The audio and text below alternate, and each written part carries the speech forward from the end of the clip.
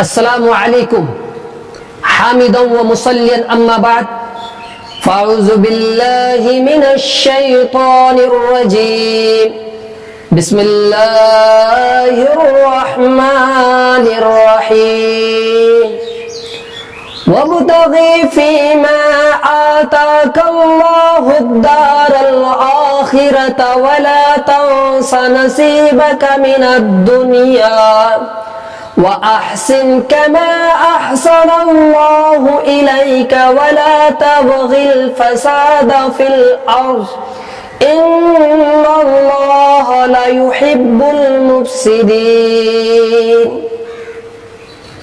برادران عزیز،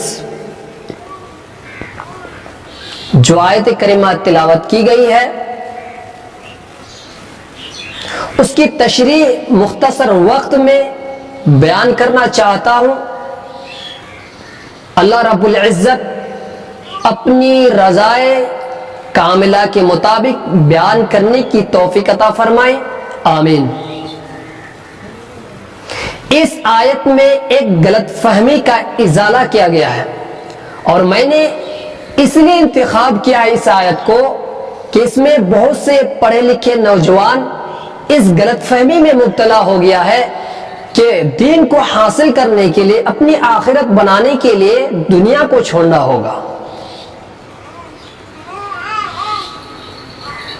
آج کل ہمارے نوجوان کے دل و دماغ میں کثرت سے یہ شک و شبہ پائی جاتی ہے. بہت سے نوجوان، بہت سے بزرگان دین کے دل و دماغ میں یہ خیال ہوتا ہے کہ اگر آپ عالم ہے یا فاضل ہے یا مولانا ہے تو آپ کو دنیا کے کام کرنا ہی نہیں ہوگا، بلکہ آپ نماز پڑھائیے، روزہ رکھیے، زکوٰۃ دیجیے. یہ ان کے دل و دماغ میں بیٹھا ہوا رہتا ہے. لیکن اسلام نے جو تصور پیش کیا ہے، اسلام نے جو دنیا کی حقیقت کو جو پیش کیا ہے، اسلام نے جو دنیا کی جو تصور پیش کیا ہے، اس حقیقت سے ہم ناواقف ہیں. لیکن ہم بارہا ہمارے کان میں یہ لفظ دوڑتا اور گھومتا رہتا ہے، اور سننے کو بھی ملتا ہے، کبھی جلسے میں ملتا ہے تو کبھی جمعہ کے خطبے میں ملتا ہے. ایک حدیث میں اللہ کے رسول صلی اللہ علیہ وسلم نے فرمایا، الدنیا جیفۃ وطالبها کلاب. دنیا جو ہے دھوکے کا گھر ہے اور اس کے طلب کرنے والے کتا ہے، جانور ہے. لیکن بعض علماء نے اس حدیث کو لفظاً موضوع قرار دیا، لیکن یہ مقولے کے طور پر کثرت سے استعمال ہوتا ہے. لیکن میرے بھائیوں اور بزرگوں، کہیں تو اللہ تبارک و تعالیٰ فرماتا ہے وَمَا الْحَيَاةُ الدُّنْيَا إِلَّا مَتَاعُ الْغُرُورِ، کہ دنیاوی زندگی دھوکے کا سامان ہے، دنیاوی کی زندگی یہ دھوکے کا گھر ہے. لیکن میرے بھائی اور بزرگ، کہیں تو اللہ تبارک و تعالیٰ فرماتا ہے إِنَّمَا أَمْوَالُكُمْ وَأَوْلَادُكُمْ فِتْنَةٌ، تمہارا مال، تمہاری اولاد یہ فتنہ ہے.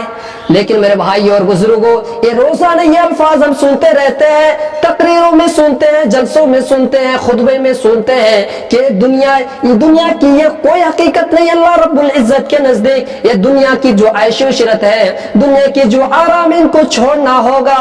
اور یہ سوچتے ہیں، ان کے دل و دماغ میں یہ بیٹھ گیا ان تمام آیت کو اور احادیث کو سن کر کہ ہمیں دنیا سے بالکل ہی مطلب نہیں رکھنا ہوگا. لیکن میں آپ کو یہ بتانا چاہتا ہوں کہ اگر آپ دین پر عمل کرنا چاہتے ہیں تو کسی کو نہیں چھوڑنا ہوگا، دین کو بھی آج نہیں چھوڑنا ہوگا، دنیا کو بھی نہیں چھوڑنی ہوگی. لیکن میرے بھائی اور بزرگوں، جو آیت کریمہ میں نے آپ کے سامنے تلاوت کی ہے، اس کے معنی پر، اس کے ترجمے پر غور کیجئے گا تو آپ کو معلوم ہو جائے گا. کیا وَابْتَغِ فِيمَا آتَاكَ اللَّهُ الدَّارَ الْآخِرَةَ، جو کچھ اللہ تبارک و تعالیٰ نے دے رکھا ہے اس میں آخرت کی گھر کی بھی تلاش رکھ. کا کیا کہا کہ جو کچھ اللہ تبارک و تعالیٰ نے تمہارے استعمال کے لیے، تمہاری خدمت کے لیے پیدا کیا، اس میں بھی آپ اس کو بھی استعمال کیجئے، لیکن اس کے ساتھ ساتھ آخرت کی گھر کی بھی تلاش کر.